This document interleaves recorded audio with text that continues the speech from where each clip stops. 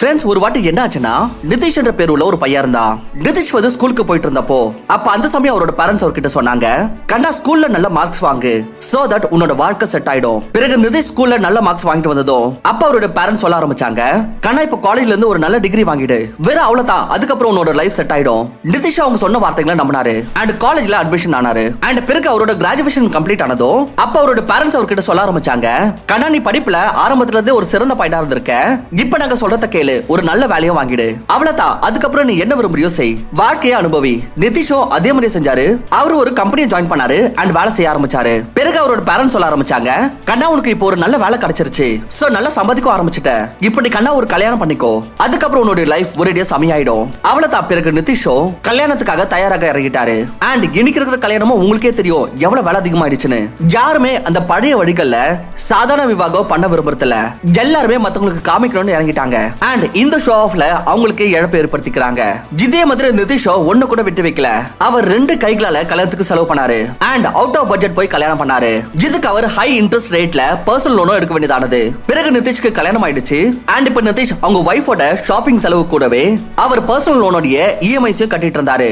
ஆனா அவரோட பிரச்சனை இதோட நிக்கல, பதிலா இன்னும் அதிகமா அதிகரிச்சிட்டு இருந்தது.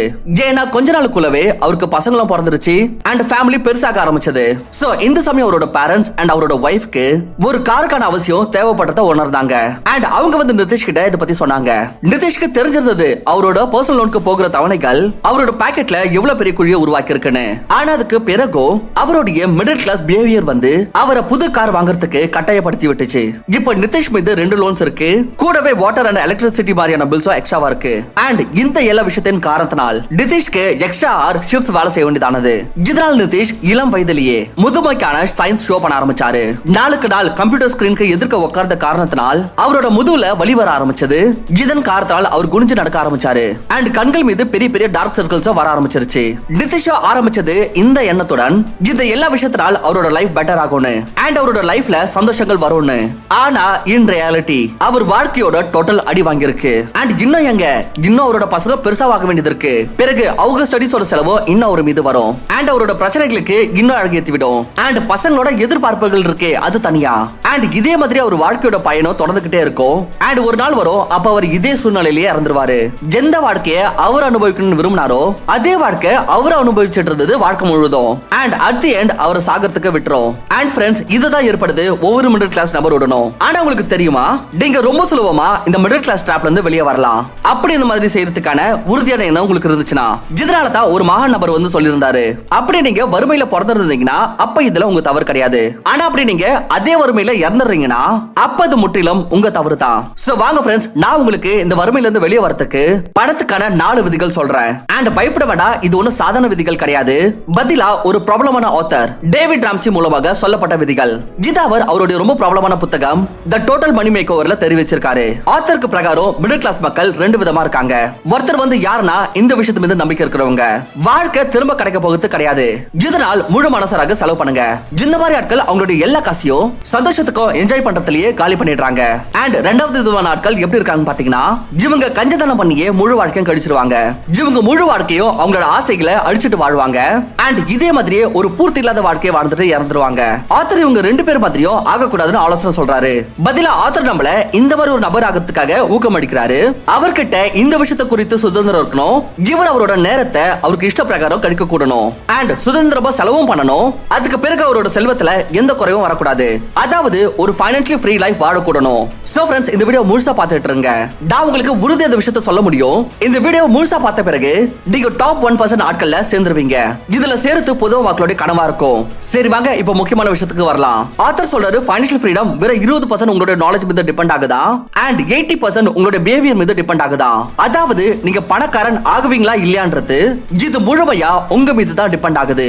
இதனால் இது யோசிக்கத விடுங்க, நீங்க ஏழன்னு, உங்களோட விதி சரியில்லைன்னு, இல்ல உங்களால அதிகமான பணம் சம்பாதிக்க முடியாதுன்னு. அண்ட் இப்படி யோசிக்க ஆரம்பிங்க, நீங்க இந்த வறுமையை விட்டு எப்படி வெளியே வரதுன்னு. அண்ட் அதுக்காக நீங்க இந்த வீடியோ முழுசா கவனமா பாருங்க. சோ தட் டேவ் ராம்சி மூலமா அவரோட புக்ல சொல்லப்பட்ட பிரின்சிபல்ஸ் நீங்க புரிஞ்சுக்கிட்டு லைஃப்ல இம்ப்ளிமெண்ட் பண்ணி நீங்க பணக்காரன் ஆகலாம். So let's begin. Rule number 1 வந்து ஸ்டாப் பிரிட்டெண்டிங், அதாவது சாக்கு சொல்றத நிறுத்துங்க.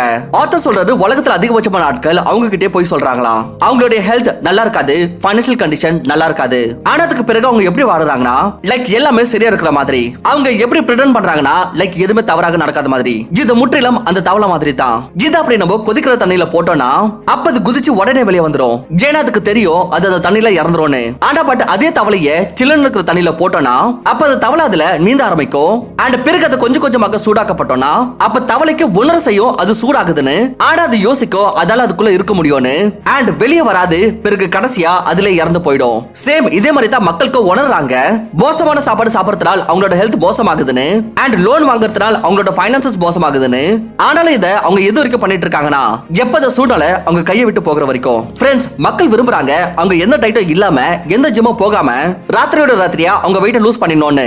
இல்ல அவங்க ரொம்ப அதிகமா கஷ்டப்படாமலே பணக்காரன் ஆயிடணும்னு. ஆனா இந்த மாதிரி நடக்காது. ஒவ்வொரு விஷயத்துக்கு பின்னாடி உழைப்பும் டைமும் எடுக்கும். இதனாலேயே இப்படி யோசிக்கிறதுக்கு பதிலா என்னோட லைஃப் ரொம்ப சிறப்பா போயிட்டு இருக்குன்னு நீங்க ரியாலிட்டிக்கு திரும்ப வரணும். அண்ட் ஒரு பென் அண்ட் பேப்பர் எடுத்து அதோட ஒரு பக்கம் உங்களுடைய இன்கம் பத்தி அண்ட் இன்னொரு பக்கம் உங்களோட எக்ஸ்பென்சஸ் பத்தி எழுதணும். அண்ட் கூடவே இதையும் பாருங்க, நீங்க உங்களோட இன்கம்ல இருந்து எவ்வளவு காசு சேமிக்கிறீங்க. இந்த மாதிரி செய்யறதுனால உங்களுக்கு ஒரு ரியாலிட்டி செக் கிடைக்கும். அண்ட் உங்களுக்கு தெரிஞ்சிடும் நீங்க எவ்வளவு தண்ணியில இருக்கீங்கன்னு. அண்ட் இதுக்கு பிறகு நீங்க சாக்கு போக்கு சொல்றத நிறுத்த வேண்டியது இருக்கும். அண்ட் உங்களோட சிச்சுவேஷனை அக்செப்ட் பண்ணி இம்பார்ட்டன்ட் ஸ்டெப்ஸ் எடுக்க ஆரம்பிக்க வேண்டியது இருக்கும். Rule number 2, save for rainy days. Friends, நினைச்சுக்கோங்க காலையில வீட்ல இருந்து ஆபீஸ்க்கு கிளம்புறீங்க. அண்ட் உங்க ஆபீஸ்ல ஒரு இம்பார்ட்டன்டான மீட்டிங் இருக்கு.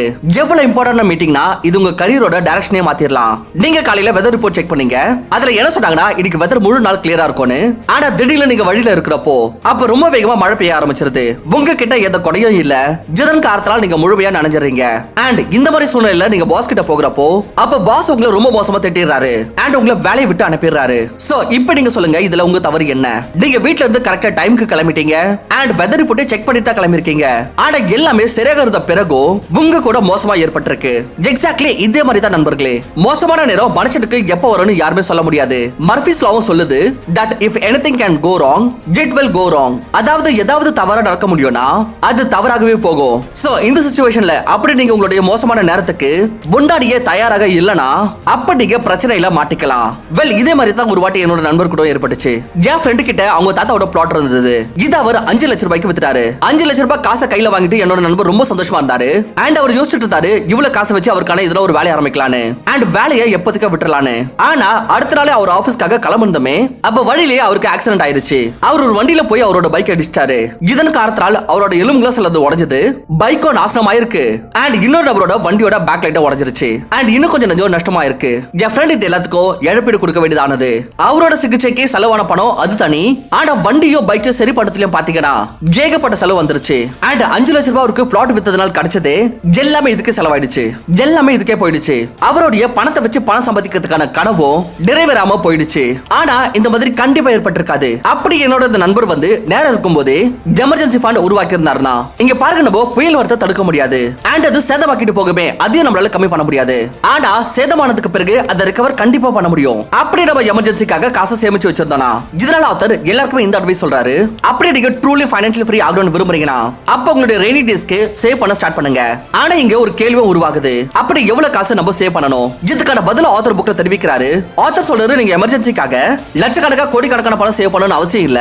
நீங்க வெறும் $1000 கூட சேவ் பண்ணலாம். பாத்தீங்கன்னா இது இந்தியன் ரூபீஸ்ல 83,000 ரூபாய்க்கு பக்கத்துல வரும். அண்ட் இந்த காசை நீங்க எப்பவுமே கேஷ் ஃபார்ம்ல தான் வச்சிருக்கணும். நிறைய ஸ்மார்ட்டான ஆட்கள் இந்த காசை வச்சு ரிட்டர்ன்ஸ் வாங்கணும்ன்ற எண்ணத்துல இது எஃப்டிஸ் இல்ல வேற எதனா ஒரு நல்ல ரிட்டர்ன்ஸ் தரக்கூடிய ஸ்கீம்ஸ்ல இன்வெஸ்ட் பண்ணிடுறாங்க. ஆனா ஞாபகம் வச்சுக்கோங்க எமர்ஜென்சி எப்பவுமே சொல்லிட்டு வராது. சோ இந்த பட்சத்துல உங்களோட காசு எங்கடா இன்வெஸ்டரா இருந்துச்சுன்னா அண்ட் உங்களுக்கு இமிடியேட்டா அதோட அவசியம் ஏற்பட்டுச்சுன்னா அப்ப உங்களுக்கு அது கிடைக்காம போகும். ஏன்னா எஃப்டிஸ்ல இல்ல வேற எதனா ஸ்கீம்ல காசை வித்ட்ரா பண்றதுக்கு பெரிய டாக்குமெண்டேஷன் வந்து ரெக்வயர்ட் ஆகும். நிறைய கேசஸ்ல இந்த ப்ராசஸ்லாம் பண்றதுக்கு பல நாட்கள் கூட போயிடும். சோ நினைச்சு பாருங்க இந்த காசு உங்களுக்கு அவசியமா இருக்கிற சமயத்துல உங்களுக்கு உதவி செய்யுமா? ஆனா அதுவே நீங்க அந்த காசை எதனா ஒரு லாக்கர்ல வச்சிருந்தீங்கன்னா அப்ப நீங்க அதை எப்ப விரும்பினாலும் அதை உபயோகிக்கலாம். ஆனா ஞாபகம் வச்சுக்கோங்க இந்த பணம் வெறும் எமர்ஜென்சிக்காக தான். எதனா ரோட் ட்ரிப்க்கோ இல்ல வேற எதனா ஆசைகளுக்கோ நீங்க இதை உபயோகிக்க கூடாது. ரூல் நம்பர் 3, தி டெட் ஸ்னோபால். ஃப்ரெண்ட்ஸ் ஆத்தர் சொல்றாரு இவர் அவருடைய early 20s இருக்கிறப்போ அப்ப அவருடைய கரியர் கரெக்டா செட் ஆயிருந்துச்சா. அவர் ஒரு ரியல் எஸ்டேட் இன்வெஸ்டர் ஆயிட்டு இருந்தாரு. அண்ட் வருஷத்துக்கு $2.5 மில்லியன் சம்பாதிச்சிட்டு இருந்தாரு. ஆனா 2008 கிராஷ் வந்தப்போ அவர் ரொம்ப பெரிய இழப்பை சந்திக்க வேண்டியதானது. அண்ட் ஏன்னா அவர் ரியல் எஸ்டேட் ப்ராப்பர்ட்டிஸ் வாங்குறதுக்காக ஏகப்பட்ட லோன்ஸ் வாங்கியிருந்தாரு. இதனால அவரும் மத்த ஆட்கள் போலவே அவருடைய எல்லா வெல்த்தையும் இழந்துட்டாரு. அண்ட் அவர் பிறகு ஜீரோல இருந்து ஸ்டார்ட் பண்ண வேண்டியதானது. ஆனா இந்த மோசமான சமயத்துல ஆத்தர் வந்து ஏகப்பட்ட லெசன்ஸ் கத்துக்கிட்டாரு. அண்ட் ஒரு இம்பார்ட்டன்ட் லெசன் அவர் லோனை பத்தி கத்துக்கிட்டாரு. ஆத்தர் சொல்றாரு ஒரு சாதாரண நபர் விருப்பப்பட்ட ஃபைனான்ஷியல் ஃப்ரீ ஆகலாம். ஆனா டெட்டை கட்டி முடிக்காம அவரால் எப்பவுமே ஆக முடியாது. ஏன்னா டெட் உங்களோட ஃபைனான்சஸ் முற்றிலுமா காலியாக்கிடும். இதனால தான் அப்படி உங்க மீது லோன்ஸ் இருக்குன்னா அப்ப எல்லாத்துக்கும் முதல்ல அது கட்டி முடிங்க. இதனால வெறும் உங்களோட ஃபைனான்சஸ் மட்டும் சரியாகிறது இல்ல, கூடவே உங்களோட பீஸ் ஆஃப் மைண்டோ அப்படியே இருக்கும். அண்ட் நீங்க ஒரு நல்ல லைஃப் வாழலாம்.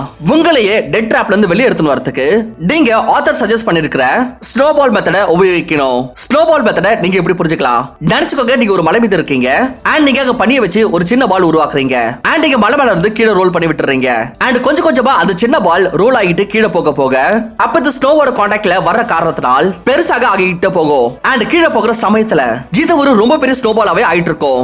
இதே மாதிரி லோனை கட்டணும்னு வர்றப்போ அப்ப நீங்க சின்னதுல இருந்து ஆரம்பிங்க அண்ட் கொஞ்சம் கொஞ்சமா பெரிய லோனை நோக்கி போங்க. இந்த வழியில பாத்தீங்கன்னா உங்களுக்கு தெரியாமலே நீங்க உங்களுடைய மிகப்பெரிய லோனையும் பே பண்ணிடுவீங்க. லைக் உதாரணத்துக்கு நீங்க பேங்க்ல இருந்து 2 லட்சம் ரூபாய் லோன் வாங்கிருக்கீங்க, பிறகு நீங்க உங்களோட சொந்தக்கார கிட்ட இருந்து 80,000 ரூபாய் லோன் வாங்கிருக்கீங்க அண்ட் உங்க நண்பர் கிட்ட இருந்து 20,000 ரூபாய் லோன் வாங்கிருக்கீங்க. இத கட்டி முடிக்கிறதுக்கான சக்தி உங்களுக்கு இல்லன்னு நீங்க உணரலாம். ஏன்னா உங்களுக்கு தோண ஆரம்பிச்சிருச்சு உங்க மீது ரொம்ப பெரிய லோன் இருக்குன்னு. ஆனா நீங்க உங்களுடைய லோன்ஸ அதிகரிக்கிற வரிசையில கட்டி முடிக்க ஆரம்பிச்சீங்கன்னா அண்ட் எல்லாத்துக்கும் முதல்ல எல்லாத்த விட சின்ன லோன், அதாவது உங்க நண்பர் கிட்ட வாங்கின 20,000 ரூபாய் லோனை கட்டி முடிச்சீங்கன்னா அப்ப உங்களுக்கு அதை விட பெரிய லோனை கட்டி முடிக்கிறதுக்கான கான்ஃபிடன்ஸும் வந்துடும். அண்ட் இதே மாதிரி கொஞ்சம் கொஞ்சமா நீங்க உங்களுடைய எல்லா லோன்ஸையும் ஒரு நாள் பே பண்ணிடுவீங்க. Rule number 4, safety net fund. அடுத்தது ஆத்தர் சொல்றாரு, எப்போ ஒரு வாட்டி நீங்க உங்க டெட் வேலையில இருந்து வெளியே எடுத்து வந்துறீங்களோ அப்ப அதுக்கு பிறகு நீங்க ஒரு சேஃப்டி நெட் ஃபண்ட் உருவாக்க ஆரம்பிக்கலாம். ஆனா இப்ப யோசிப்பீங்க, நான் எமர்ஜென்சி ஃபண்ட் உருவாக்கிட்டேன், இப்போ இந்த சேஃப்டி நெட் ஃபண்ட் என்ன விஷயம்? சோ ஃப்ரெண்ட்ஸ், சேஃப்டி நெட் ஃபண்டோ எமர்ஜென்சி ஃபண்ட் மாதிரி தான். எப்படி நான் உங்களுக்கு புரிய வைக்கிறேன். நினைச்சுக்கோங்க, நீங்க ஒரு வேலை செய்றீங்க அண்ட் உங்களுக்கு எல்லாமே சரியா போயிட்டு இருக்கு. ஆனா திடீர்னு ஒரு நாள் உங்க பாஸ் கூப்பிடுறாரு அண்ட் உங்களை வேலையை விட்டு நிறுத்திடுறாரு. இப்போ இந்த பாயிண்ட்ல நீங்க சொல்லுங்க, நீங்க என்ன செய்வீங்க? உங்ககிட்டயோ எந்த பிளானும் இல்ல அண்ட் அப்படி உங்களுக்கு சப்போர்ட் பண்ணவும் யாரும் இல்லனா அப்ப நீங்க ரோடுக்கு வந்துருவீங்க. இதனால தான் ஒரு சேஃப்டி நெட் ஃபண்ட் ரொம்ப முக்கியம். இது உங்களோட மோசமான சமயத்துல உங்களுக்கு உதவி செய்யும். ஒரு சேஃப்டி நெட் ஃபண்ட் உருவாக்குறது ரொம்ப ஈஸி தான். நீங்க வேற உங்க இன்கம் உடைய 3 மடங்கு சேவ் பண்ணணும். அதாவது உங்களுடைய இன்கம் வந்து 30,000 ரூபாய்னா அப்போ 30,000 ரூபாயோட 3 மடங்கு, அதாவது 90,000 ரூபாய் நீங்க சேவ் பண்ணணும். சோ அப்படி உங்களோட வேலை எதனா ஒரு காரணத்தால் போயிடுச்சுனாலும் அப்போ உங்களோட லைஃப் இந்த சேஃப்டி நெட் ஃபண்டோட உதவியுடன் 3 மாசத்துக்கு நார்மலி நடக்கும். இதனால உங்களுக்கு இது யோசிக்கிறதுக்கு ஒரு வாய்ப்பு கிடைக்கும், அடுத்தது என்ன செய்யணும்னு. அண்ட் ஒரு நல்ல புது வேலை தேடுறதுக்கும் உங்களுக்கு நேரம் கிடைச்சிரும். ஃப்ரெண்ட்ஸ், லைஃப் ரொம்பவே அன்பிரடிக்டபிள் ஆனது. இங்க எதுனால எப்பனாலும் நடக்கலாம்.